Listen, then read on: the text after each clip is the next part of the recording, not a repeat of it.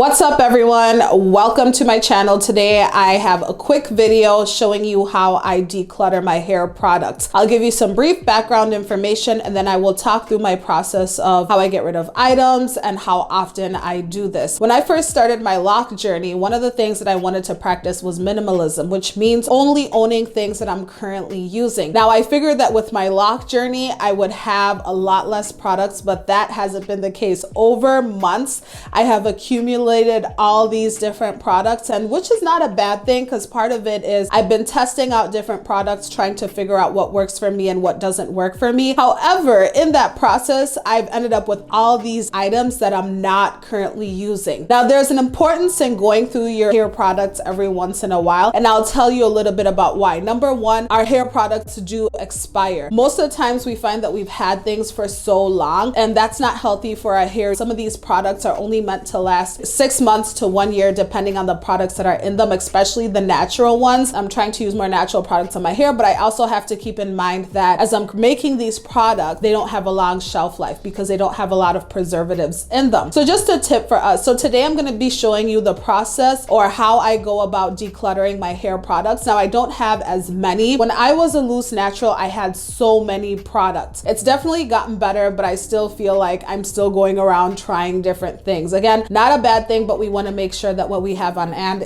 are things that we're actually using, because it's easy in the morning when you're getting ready, you know exactly what to reach for. So I'm going to go ahead and show you the different products that I have. I have a mixture of skincare and hair care products. Part of that is I use a lot of natural oils, which can work for both skin and hair. I have noticed that over time I've made mixtures. At this point, I don't know what some of the mixtures are because I haven't labeled them, but I'm hoping to declutter things just to make it a little bit easier to get ready in the morning and just to make sure that what I actually have on hand are things that I'm actually using. I don't have to dig through things. So what I would recommend is getting everything that you own as far as hair products goes out of wherever you're storing them. It's nice when everything is one big pile so you can go through it and take a look at it. And then I would follow up with some cleaning. A lot of these oils leave residues in the surfaces that we store them in. And as I'm doing this too, I want to keep in mind what oils have been stored out in the light that need to be stored in a more dark area. With a lot of things that contain essential oils or with essential oils in general, you want to make sure that you're storing them in a darker place. Now, some items I've stored in the bathroom, and I actually shouldn't have stored them in the bathroom because if you think about the temperature that changes often, you want to make sure that you're storing them in a cool place, a place that's not extremely hot or extremely cold. So those are some things that I'm considering. Next, you want to form a protective barrier that will help if the oils end up spilling over or there's residue, it doesn't get on your cabinets because that can stain and sometimes cause permanent stains. So I'm using this protective layer that I got from Walmart, and I'm just going to line the bottoms of my drawers and the bottom of the cabinet under my sink just to make sure that whatever I'm storing is not going to end up staining the cabinet. Another thing that we need to keep in mind is, what do you actually need? Now, me knowing that I have locks, I know that I need to have something to wash my hair. So a clarifying shampoo. I need something to moisturize my hair. I use oils for that. And then every once in a while, I do use gels if I'm going to a more formal event and need my hair to look a little bit more neat, especially when I'm in between retwists. I like to have some kind of gel on hand for those particular points. As you're decluttering, think about the needs of your hair, the everyday needs that you have, and that's what will help you determine what categories to put the products in. The next thing that you want to think about is, if you're a person who makes your own oils, you want to separate those items. And actually, I would recommend cleaning out the bottles. I have spray bottles. I have